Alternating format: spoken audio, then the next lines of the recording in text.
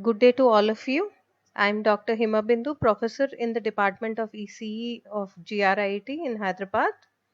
So today I'm going to talk about the first day of the Moodle workshop, the spoken tutorial workshop on learning management system, specifically Moodle. So starting with the overview of the Moodle workshop. Now, basically, we are all very well aware of what Moodle is. GRIT has been the highest user of Moodle from the day of its inception, almost from the past 6 to 7 years, we've been using Moodle. Now, Moodle is as a well-known LMS.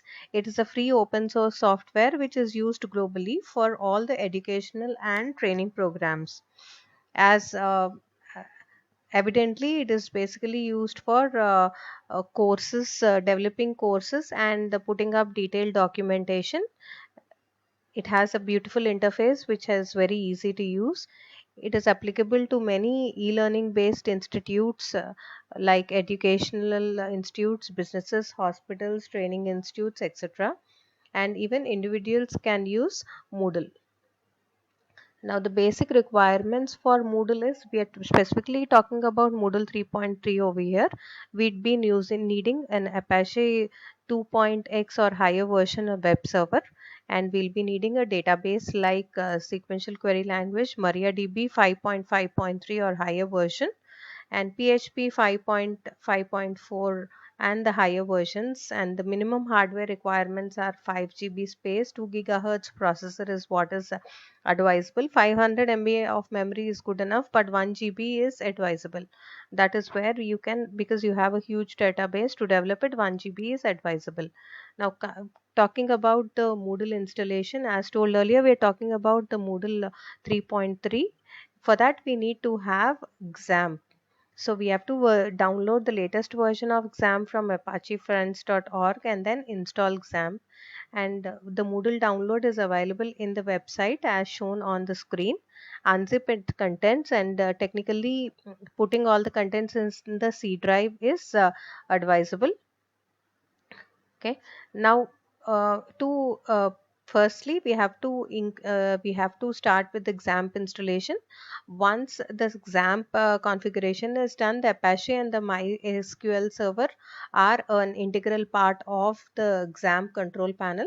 Once the XAMPP control panel is open, to check if it is open or not, we need to go open a web browser and type localhost HTTP localhost, or we can type the address to 127.0.1. The exam page on your local host will open up immediately, ensuring that your web server is running. Now, the second thing, the immediately what we have to do is we have to add a user and create a database in which we are going to install Moodle. Okay, we are going to keep all the contents in Moodle. So this is done using PHP MyAdmin, and PHP MyAdmin is a graphical user interface for MariaDB, which comes along with the XAMPP installation as told earlier. Now, the way in which we have to access PHP MyAdmin is you just go to the web browser, click on PHP MyAdmin, and go to user account. There is a tab known as user account. Click on the user account, and it will ask you to add a new user immediately. Please add the new user, and the host will be local because we are installing Moodle locally. It's going to be local, and give a password of your own choice.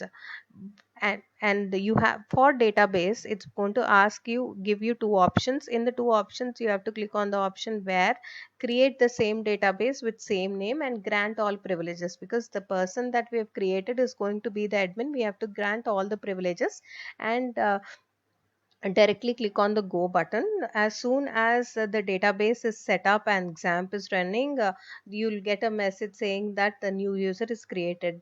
These are the prerequisites for you to get your Moodle installed. And how to install Moodle from the local host, as we know that if you have created a name of Moodle under local host, you can either access it via the HTTP 127.0.0.1 or via the local host.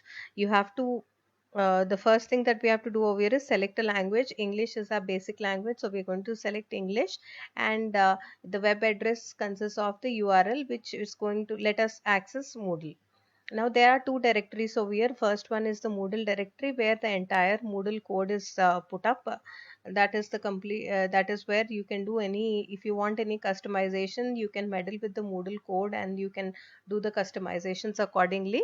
But if you want to use the Moodle as it is, and if you want to store the content that is uploaded by the teacher and the student, data directory is the place that we have to look for.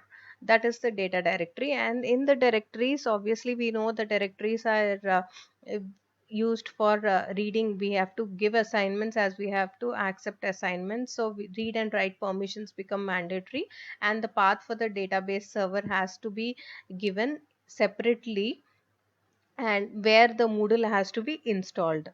Right, once this Moodle, the web address has been given, sorry, the directory has been assigned, it cannot be changed. It is a permanent place where the Moodle is installed. Now talking about the dashboards, there are there's initially talking about admin dashboard. There are various blocks in the admin dashboard.